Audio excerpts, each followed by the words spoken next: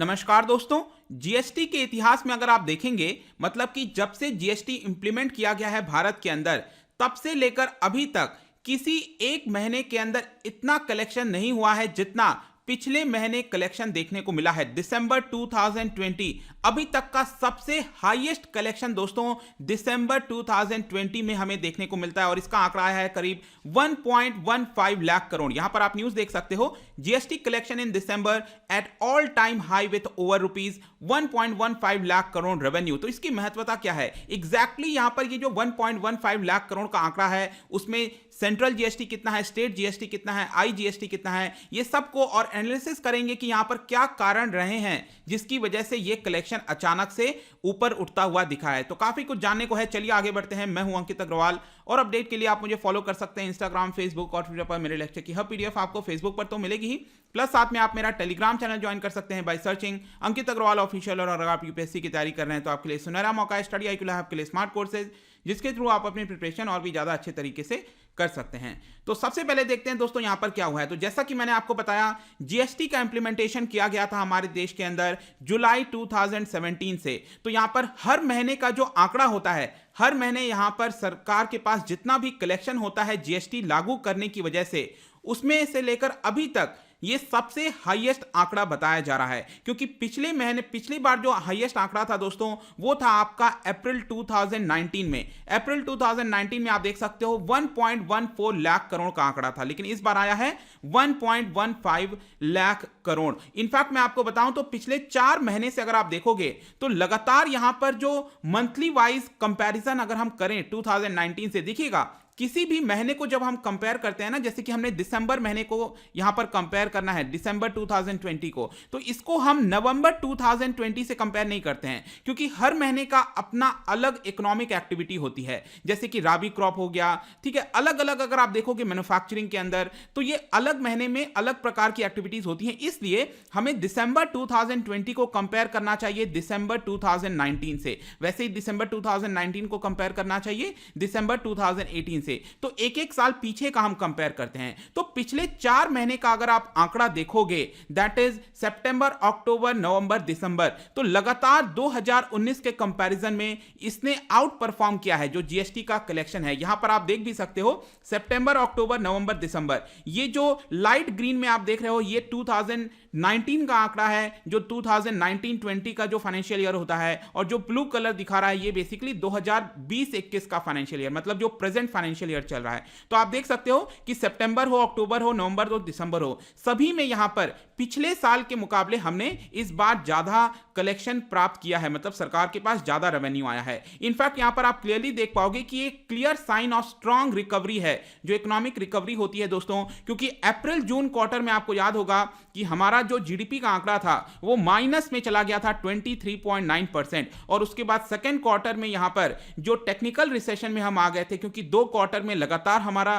Contraction देखने को मिला। सेकेंड क्वार्टर में करीब 7.5% का कॉन्ट्रैक्शन था, तो यहां पर हम टेक्निकल रिसेशन में आ गए थे। लेकिन उसके बावजूद भी आप देख सकते हो अब जो आंकड़ा आ रहा है उसमें क्लियर तौर पर दिख रहा है हमें कि स्ट्रॉन्ग इकोनॉमिक रिकवरी देखने को मिल रही है। इनफैक्ट आप देख सकते हो कि 11.6% का जंप हुआ है दिसंबर के महीने में, और इसको आप जस्ट कंपेयर कर सकते हैं कि जब लॉकडाउन लगा था, स्पेशली अप्रैल, मई, जून, जुलाई, यहां पर आप देखिए अप्रैल के महीने में 72% का डिक्लाइन था। आप देख सकते हो जस्ट 32,000 करोड़ का। और इन सभी ये जो 5-6 महीना गुजरा है, पहला क्वार्टर और दूसरा क्वार्टर का, तो उसमें आप देख पाओगे कि यहां पर बहुत ज्यादा कॉन्ट्रैक्शन हुआ था, जिसकी वजह से फिस्कल डेफिसिट बढ़ रहा था, जिसकी वजह से सरकार के पास जो क्षमता होनी चाहिए खर्च करने के लिए, स्पेशली कोविड के समय, वो भी सरकार के पास रिस्ट्रिक्शंस डाल रही थी। तो ये एक मेन प्रॉब्लम था। लेकिन अब अच्छी बात है कि यहां पर वापस से हम इकोनॉमिक रिकवरी की तरफ देख रहे हैं। यहां पर अगर हम कलेक्शन नंबर्स की बात करें तो आप देख पाओगे सेंट्रल जीएसटी का आंकड़ा जो है, क्योंकि आपको याद होगा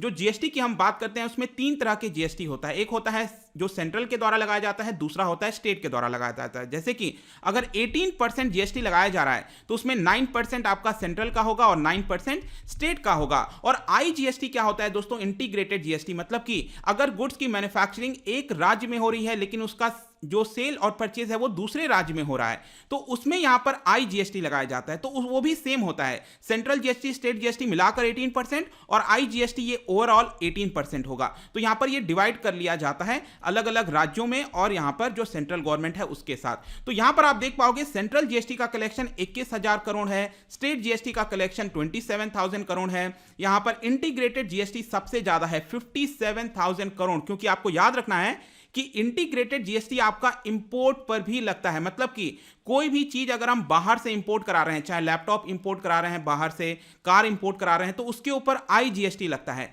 तो इंपोर्ट का आप बिल देख सकते हो दोस्तों 27,000 करोड़। इसके अलावा यहां पर जो कंपनसेशन सेस है, मतलब कि आप जो जीएसटी पे कर रहे हैं उसके ऊपर भी कुछ कई बार सेस लगाया जाता है, तो सेस की वजह से 8,500 करोड़ हुआ है। तो ये सभी मिलाकर आईजीएसटी दोस्तों आया है 57,000 करोड़।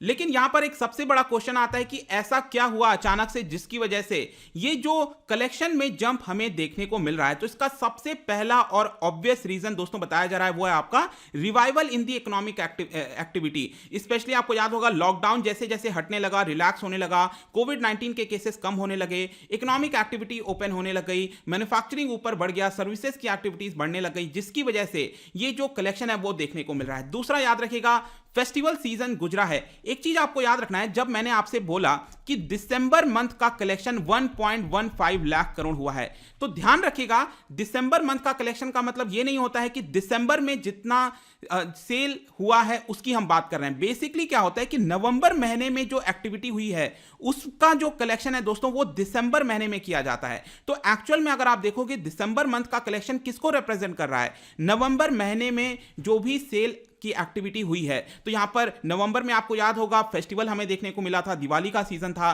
तो फेस्टिवल सीजन तो है दोस्तों वो एक सबसे बड़ा कारण बताया जा रहा है जिसकी वजह से यहां पर हमें जंप देखने को मिलता है। दूसरा यहां पर मैंने अभी आपको जस्ट इंपोर्ट का आंकड़ा बताया था कि इंपोर्ट में हमें 27,000 करोड़ का कलेक्शन हुआ है इंपोर्ट की वजह से। तो इंपोर्ट में भी बहुत तेजी से वृद्धि हुई है। इनफैक्ट अगर आप देखो सबसे बड़ा जो जंप आया है वो इंपोर्ट में कलेक्शन की वजह से आया है, क्योंकि डोमेस्टिक जो ट्रांजैक्शन हुआ है, मतलब कि हमारे देश में ही सेल और परचेज की वजह से जो जीएसटी कलेक्शन हुआ है उसमें 8% की वृद्धि आई है दिसंबर महीने में। लेकिन अगर आप इंपोर्ट का आंकड़ा देखो तो 27% की वृद्धि आई है। तो यहां पर आप देख सकते हो कि दिसंबर 2019 में इंपोर्ट की वजह से सरकार के पास 21,000 करोड़ का कलेक्शन हुआ था, लेकिन यहां पर इस साल दिसंबर 2020 में इंपोर्ट की वजह से 27,000 करोड़ का कलेक्शन हुआ है, मतलब 6,000 करोड़ ज्यादा आया है, जिसका मेन कारण बताया जा रहा है कि अचानक से हमें जंप देखने को मिलता है।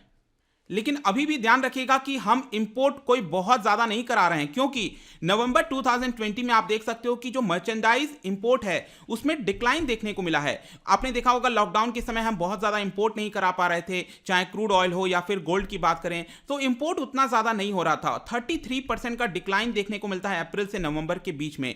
तो उसके बावजूद भी हमारा इंपोर्ट का कलेक्शन ज्यादा है। इसका मतलब क्या रिप्रेजेंट करता है कि अगर और ज्यादा इंपोर्ट हम कराएंगे तो जीएसटी कलेक्शन ज्यादा हो सकता है। अब ये मत सोचना कि इंपोर्ट कराना एकदम खराब होता है, जी नहीं। इंपोर्ट कराना भी एक तरह से दिखाता है डिमांड को, क्योंकि आप इंपोर्ट कब कराओगे, जब डिमांड होगी। आप क्रूड ऑयल की इंपोर्ट कब कराओगे, जब हमारे यहां पे ट्रांसपोर्टेशन बढ़ेगा, सब एक्टिविटीज बढ़ेगी। तो इंपोर्ट भी एक तरह का साइन होता है कि क्या इकोनॉमिक एक्टिविटी बढ़ रही है कि नहीं। तो यहां पर अभी भी इंपोर्ट कोई बहुत ज्यादा सुधरा नहीं है प्री कोविड लेवल से, और फर्दर यहां पर इंप्रूव होगा इंपोर्ट जो है, तो फर्दर हमें यहां पर जीएसटी कलेक्शन ऊपर जाते हुए देखने को मिलेगा। और नेक्स्ट और आखिरी रीजन है दोस्तों वो है आपका एंटी इवेजन विजिलेंस। अब देखिएगा इसके ऊपर मैंने एक अलग से वीडियो भी बनाया था जहां पर आपको पूरे क्लियर तौर पर समझाया था कि ये इनवॉइस फ्रॉड होता क्या है। 100 से ज्यादा लोगों को अरेस्ट किया गया है। बेसिकली यहां पर देखा जा रहा था कि जो रिसीट्स बनाए जाते हैं अलग अलग कंपनीज के द्वारा, फेक कंपनीज बनाई जा रही हैं, फेक जीएसटी रजिस्ट्रेशन किया जा रहा है, जिसकी वजह से यहां पर वो लोग क्या होता है कि जो क्रेडिट होता है जीएसटी क्रेडिट वो कंपनीज ले लेते हैं गलत तरीके से, और यहां पर सरकार का जो कलेक्शन है वो गिर जाता है। लेकिन पिछले कुछ समय से सरकार ने इसके ऊपर ध्यान दिया है और जो लोग इस तरह के फ्रॉड के काम करते हैं उनको यहां पर अरेस्ट किया जा रहा है। और आप देख सकते हो कि करीब 1.63 लाख रजिस्ट्रेशन कैंसिल किए गए हैं। बेसिकली उन्होंने पिछले 6 महीने में जीएसटीआर 3B रिटर्न नहीं भरा था। देखिए जीएसटीआर 3B आपने देखा होगा अलग अलग रिटर्न भरना होता है, 2B 1B, तो यहां पर जो 3B है वो सबसे लास्ट स्टेज होता है। तो अगर आपने ये नहीं भरा है तो सरकार ने इसको 1.63 लाख जो जीएसटी रजिस्ट्रेशन थे उनको कैंसिल कर दिया है। इनफैक्ट यहां पर 164 लोगों को अरेस्ट किया गया है, जिसमें 5 चार्टेड अकाउंटेंट्स हैं, एक महिला भी इसके अंदर शामिल है। तो यहां पर फ्रॉड को यहां पर कंट्रोल करने की कोशिश की गई है। और यहां पर आप देख सकते हो कि जो ओवरऑल जीएसटीआर 3B रिटर्न है उसमें बढ़ोतरी देखने को मिली है। दिसंबर 2019 में 81 लाख लोगों ने यहां पर रिटर्न भरा था, लेकिन 2020 के दिसंबर महीने में 87 लाख रिटर्न भरे गए हैं, जो कि एक पॉजिटिव साइन दिखाता है कि यहां पर जो जीएसटीआर जितना ज्यादा भरा जाएगा उतना ज्यादा कलेक्शन बेटर होगा। तो कंक्लूजन में दोस्तों हम कह सकते हैं कि बहुत सारे फैक्टर्स रहे हैं, जैसे कि इकोनॉमिक में रिकवरी होना, सरकार के द्वारा लोगों के द्वारा फेस्टिवल सीजन में जो इंप्रूवमेंट देखा गया है डिमांड में, एक्सपेंडिचर करना, और प्लस यहां पर इंपोर्ट में भी एक्सपेंडिचर करना। तो इन सारी चीजों की वजह से जीएसटी का जो रिटर्न है दोस्तों वो रिकॉर्ड स्तर पर आ चुका है, और आशा करते हैं ऐसा कि ऐसे ही ये बढ़ता रहे, ताकि जो कोविड के समय हमें लॉस देखने को मिला है उसको किसी प्रकार से थोड़ा रिकवर किया जा सके। लेकिन ध्यान रखना है आपको, अब देखने वाली बात होगी, क्योंकि ये तो फेस्टिवल का सीजन था, काफी कुछ पॉजिटिव धीरे धीरे चीजें हो रही थी। अब देखना होगा कि क्या एक्चुअल में इंप्रूवमेंट होता है कि नहीं। जब जनवरी का आंकड़ा आएगा, जनवरी का आंकड़ा दिखाएगा कि दिसंबर में कितनी एक्टिविटी हुई है, तो उसको भी हम देखेंगे। लेट्स सी कि क्या होता है। बट जाने से पहले मैं आपके लिए एक क्वेश्चन लेकर आया हूं। आपको पता होगा कि जो ज्वाइंट सेशन पार्लियामेंट का भी किया जा सकता है, ज्वाइंट सिटिंग किया जा सकता है। तो यहां पर आपको बताना है, पॉलिटी का क्वेश्चन है कि किस केस में यहां पर जो ज्वाइंट सिटिंग ऑफ पार्लियामेंट है वो प्रेसिडेंट के द्वारा नहीं बुलाया जा सकता। लेट मी नो इसका आंसर क्या होगा। इसका जो राइट आंसर है मैं अपने इंस्टाग्राम पर तो डालूंगा ही, अगर आप इंस्टा पे नहीं हो कोई बात नहीं, टेलीग्राम से ले सकते हैं। मैं कई सारे एमसीक्यूज यहां पर डालता रहता हूं स्टोरीज के फॉर्म में, आप जाकर प्ले कर सकते हो। अगर आप मुझसे इकोनॉमी पढ़ना चाहते हैं, कोई भी कोर्स परचेज करना चाहते हैं, स्टडी IQ ऐप पर जा सकते हैं। आई होप की वीडियो आपको पसंद आया होगा। मिलता हूं आपसे next time. Till then thank you very much, see you soon.